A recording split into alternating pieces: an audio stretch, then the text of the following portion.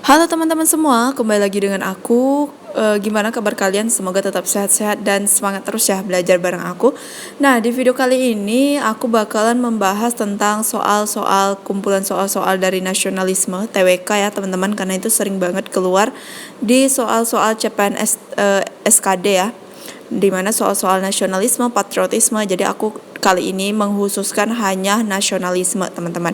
Dan buat kalian yang penasaran, langsung aja ke videonya. Tapi sebelum ke videonya, jangan lupa di subscribe dan nyalakan lonceng notifikasinya supaya kalian gak ketinggalan video terbaru dari aku. Oke, kita langsung aja ke videonya. Oke teman-teman, sebelum masuk ke soalnya, di sini bakalan aku bahas dulu PR yang core values kemarin teman-teman. Oke, kita baca dulu ya pertanyaannya.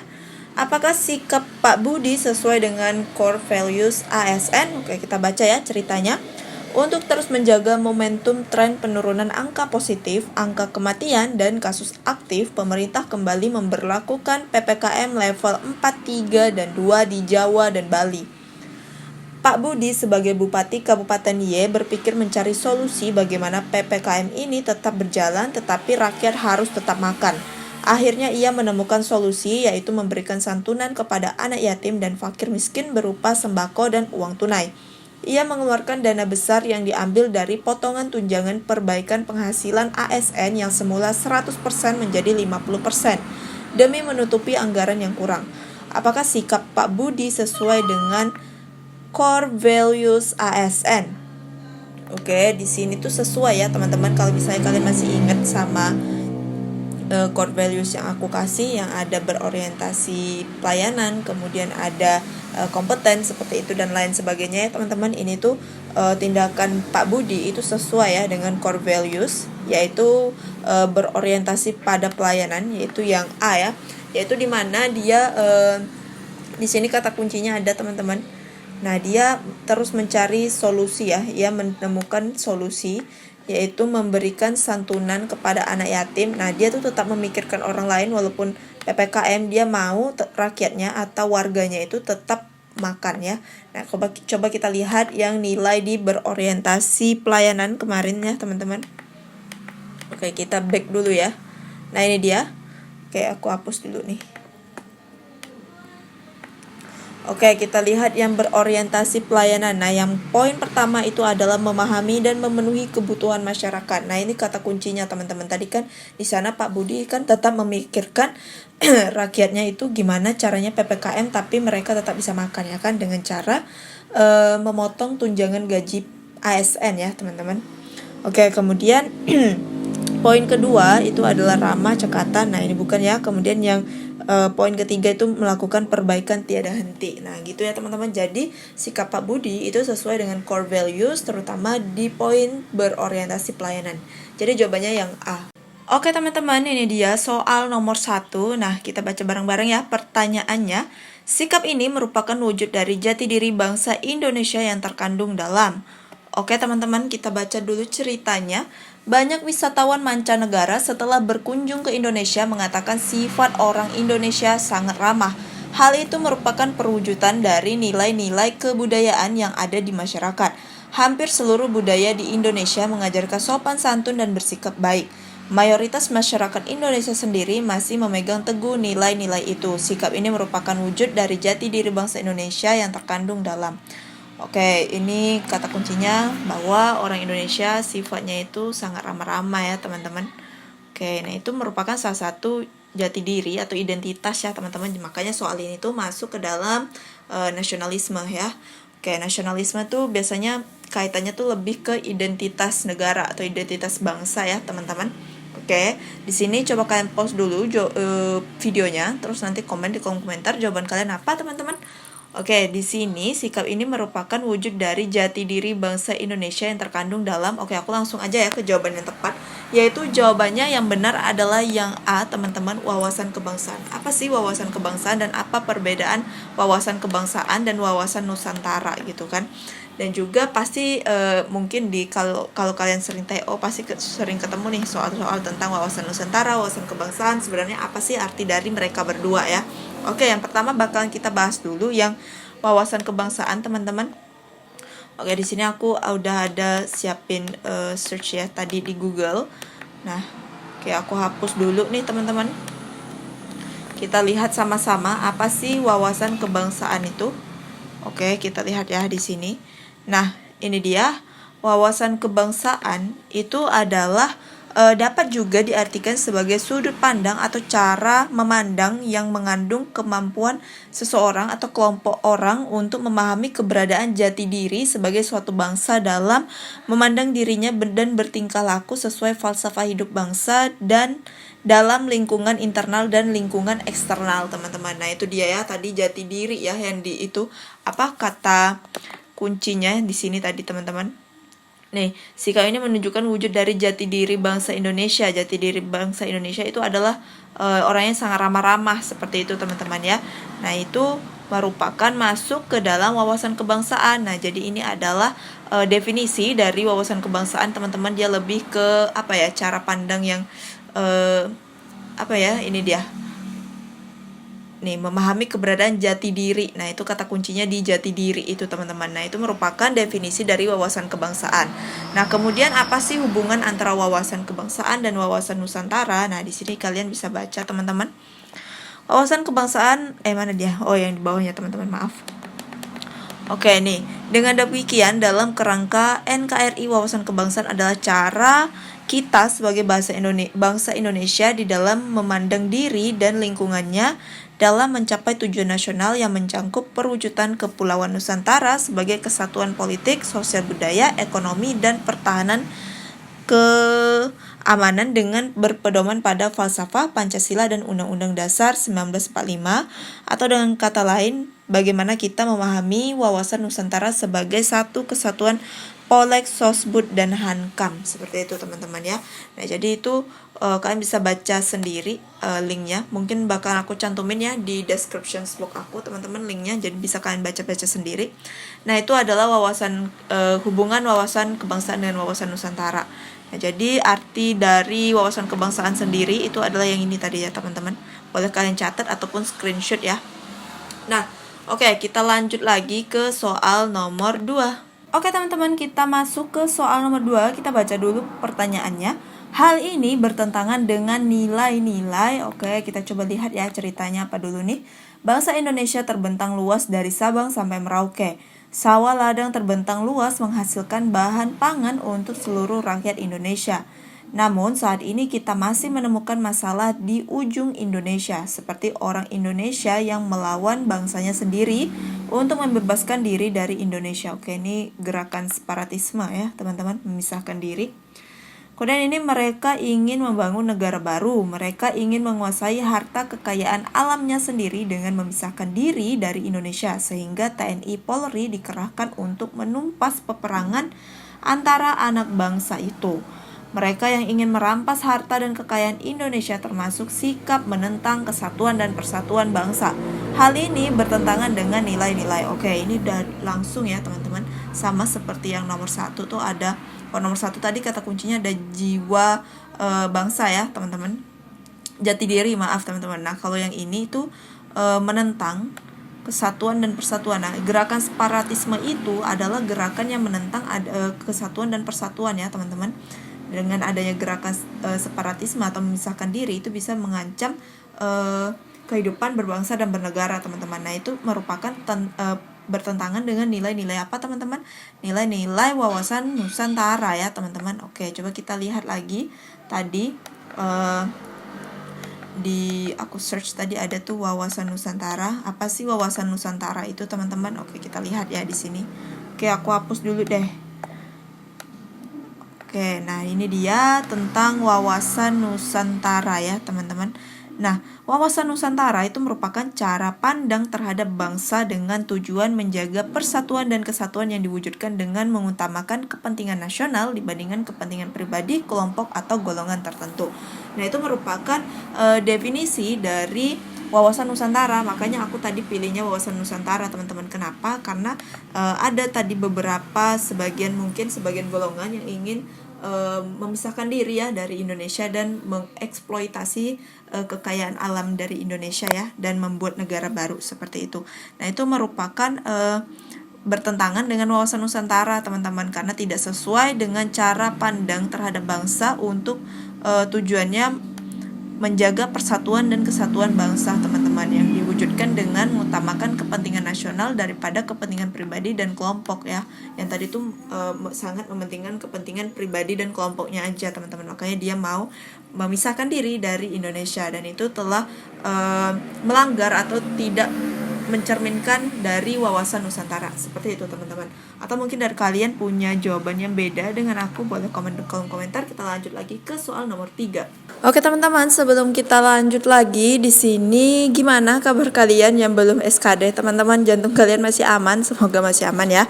Dan juga kalian yang belum SKD juga harus sering-sering latihan try on nih, teman-teman. Biar apa? Biar nanti saat tes itu nggak gugup karena udah terbiasa dengan mengerjakan soal menggunakan waktu, teman-teman. Jadi harus dibiasakan mulai sekarang. Nah, jadi caranya tuh gimana sih supaya bisa try out dengan harga yang murah ya? Karena kita tahu di sini try out tuh rata-rata mahal ya, teman-teman. Harganya 100 ribuan ke atas. Nah, di sini kalian bisa try out dengan menggunakan website dari Sobat CPNS, teman-teman. Kenapa? Karena hanya dengan 65.000 aja kalian udah bisa mendapatkan semua fasilitas yang ada di Sobat CPNS. Yang pertama, fasilitas yang bisa kalian dapatkan itu adalah 15 paket try out, teman-teman, dan beserta pembahasannya yang mudah dan simple untuk dipahami. Kemudian setelah itu ada paket 30 tryout mini TO ya, teman-teman. Maksudnya di sini mini TO yaitu 15 soal per 15 menitnya. Jadi ini berguna banget buat kalian yang super sibuk ataupun yang tidak punya banyak waktu untuk melakukan tryout, teman-teman. Kemudian selain mini TO juga ada materi berupa TWK, TIU, dan TKP ya, dan bisa untuk memperbanyak referensi kalian. Kemudian selain dari materi juga ada e-book ya, teman-teman, e-book CPNS, yaitu buku elektronik CPNS 2021. Itu ada 10 e-book dalam bentuk PDF yang bisa kalian download dan baca kapanpun dan dimanapun, teman-teman. Jadi itu worth it banget ya, teman-teman. Hanya dengan 65.000 kan udah bisa dapat buku, kemudian dapat materi, kemudian ada paket tryout beserta pembahasannya juga, teman-teman. Dan juga dalam waktu dekat ini Sobat CPNS itu bakalan mengadakan atau melaunching paket baru, yaitu paket platinum, teman-teman. Jadi tunggu apa lagi, pasti itu soalnya lebih hot dari premium ya, teman-teman. Jadi buat kalian yang penasaran, langsung aja bergabung menjadi member premium dari Sobat CPNS. Klik link yang ada di description box aku, karena aku udah cantumin linknya di description box aku. Oke, kita masuk ke soal nomor 3. Kita lihat dulu soalnya. Hal ini merupakan implementasi nilai-nilai nasionalisme yang berasas pada implementasi dari nilai-nilai nasionalisme ya, teman-teman. Coba kita lihat dulu ceritanya. Presiden yang mencalonkan diri masing-masing memiliki kelebihan seperti kecerdasan emosional dan spiritualnya masing-masing. Namun setelah pemilu selesai dilaksanakan dan hasil pemungutan suara sudah dihitung semua dengan adil dan jujur ya, teman-teman. Oke, kemudian 1 dari 2 calon presiden yang gagal dilantik atau memiliki jumlah suara yang lebih kecil tetaplah berhati besar dan tetaplah harus melanjutkan menjaga keutuhan bangsa dan negara.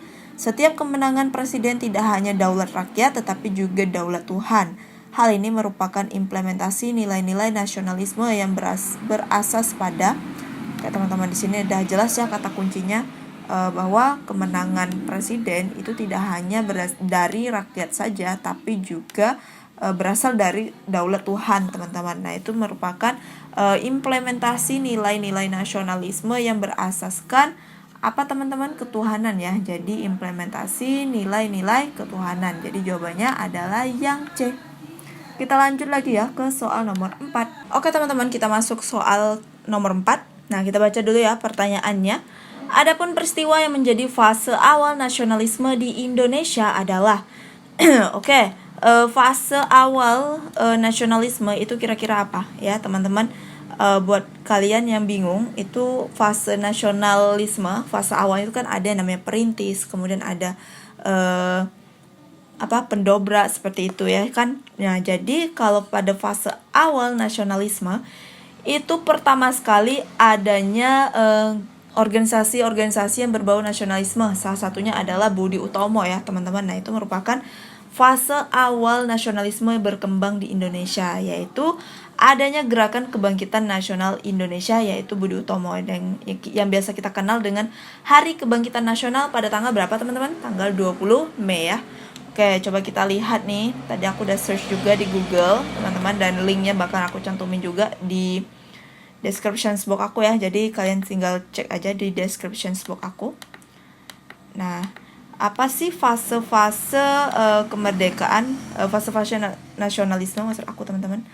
Oke, fase-fase nasionalisme yang berkembang di Indonesia itu terdiri dari 4 masa ya teman-teman. Itu yang pertama masa perintis, kemudian masa penegas, kemudian masa percobaan, masa pendobrak. Oke, kita lihat dulu ya, masa perintis itu masa apa sih teman-teman? Oke, masa perintis. Nah, ini dia. Masa perintis itu terjadi dari tahun 1908 sampai dengan 1927. Oke, itu pada masa perintis ini banyak munculnya nasionalisme di Indonesia. Pada masa perintis ditandai dengan munculnya organisasi-organisasi pergerakan nasional, yaitu salah satunya adalah Budi Utomo ya. Sebuah organisasi yang terbentuk pada tanggal 20 Mei ya, makanya dikenal dengan Hari Kebangkitan Nasional, oleh Dr. Sutomo dan para mahasiswa Stovia. Nah, ini pendirinya organisasi Budi Utomo itu ada Dr. Sutomo dan beserta para mahasiswa dari Stovia ya teman-teman. Nah, kalau untuk pemrakarsanya, kalau nggak salah aku itu Dr. Wahidin ya. Kalau misalnya aku salah, coba koreksi di kolom komentar, kasih tahu yang benarnya teman-teman. Oke, kemudian selain masa perintis itu ada masa penegas. Nah, masa penegas itu apa sih? Oke, pada masa penegas itu ganti lagi ya teman-teman, yaitu pada tahun 1928 sampai dengan 1942 itu ditandai dengan adanya Sumpah Pemuda ya teman-teman. Yang Sumpah Pemuda ini berarti pada masa penegas ya teman-teman, setelah perintis yaitu Budi Utomo tadi. Oke, Sumpah Pemuda isinya ada 3 ya teman-teman. Apa aja tuh? Yaitu bertanah air satu, berbangsa satu, dan berbahasa satu. Nah, itu merupakan fase nasionalisme yang kedua. Oke, yang ketiga, fase yang ketiganya itu adalah masa percobaan teman-teman, yaitu pada masa perkembangan nasionalisme Indonesia ini, bangsa Indonesia melakukan banyak gerakan-gebrakan dengan bergabung dalam organisasi yang tujuannya untuk meminta kemerdekaan dari Belanda teman-teman. Contohnya itu organisasi yang bergabung dengan GAPI ya, atau Gabungan Politik Indonesia. Oke, itu pada masa percobaan, itu fase ketiga ya teman-teman. Tapi kala itu permintaan Indonesia untuk merdeka masih belum berhasil teman-teman. Kemudian pada masa pendobrak, yaitu tahun 1942 sampai 1945. Nah, itu pada masa penjajahan Jepang nih teman-teman. Nah, kan yaitu di mana Indonesia masih dalam masa penjajahan Jepang. Indonesia terus mengajukan tuntutan kepada pemerintahan jajahan Jepang, yaitu kemerdekaan. Oke. Dan ini masih ada sangkut pautnya dengan penculikan Soekarno ke Rengas Dengklok ya teman-teman, dan pembacaan proklamasi seperti itu. Nah, itu fase keempat nih teman-teman. Oke, kemudian nah itu dia ya. Berarti fasenya itu ada keempat ya teman-teman. Fase yang pertama tadi apa? Yang Budi Utomo ya teman-teman. Kemudian fase kedua itu ada Sumpah Pemuda. Kemudian fase ketiga itu adalah tadi percobaan ya teman-teman. Percobaan untuk meminta kemerdekaan dari penjajahan Belanda ya, tapi gagal. Kemudian yang ini pada penjajahan Jepang, yaitu ada sangkut pautnya dengan tadi pembacaan proklamasi. Itu juga ada sangkut pautnya dengan masa pendobrak ini teman-teman. Oke, coba kalian koreksi dengan aku kalau misalnya ada penjelasan aku yang keliru ya. Terus komen di kolom komentar, kasih tahu yang benarnya teman-teman. Oke, gitu kita lanjut lagi ya ke soal yang terakhir. Oke, kita lanjut lagi ya teman-teman ke soal yang terakhir. Ini dia, kita lihat dulu pertanyaannya. Hal ini termasuk sikap, Diandra mengikuti program skema beasiswa ke luar negeri. Sepulangnya dari luar negeri, ia bercerita kepada teman-teman Indonesianya mengenai kegiatannya selama mengikuti program tersebut, termasuk menceritakan kebudayaan di negeri yang dikunjunginya, dan membanding-bandingkannya dengan kebudayaan di Indonesia yang cenderung membanggakan budaya Indonesia dan menganggap kebudayaan negara lain tidak ada apa-apanya. Oke, sikap si Diandra itu kira-kira masuk mana? Heroisme, chauvinisme, primordialisme, nasionalisme, etnosentrisme teman-teman. Kalau misalkan kalian nggak tahu nih apa definisi di antara semua ini, kalian boleh search di Google. Terus nanti kalau udah ketemu jawabannya jangan lupa komen di kolom komentar dan bakal aku bahas di next video selanjutnya. Oke teman-teman, segitu dulu ya soal kita yang aku kasih, cukup 5 soal dulu. Semoga bermanfaat buat kalian ya. Dan buat kalian yang suka dengan video ini silahkan di like serta di share ke semua sosial media yang kalian punya supaya teman-teman kalian juga bisa belajar bareng aku. Dan di next video mungkin bakalan aku lanjutin tentang patriotisme ataupun yang lainnya, bela negara, cinta tanah air dan sebagainya teman-teman. Jadi pokoknya stay tune terus di channel YouTube aku. See you next video. Bye bye.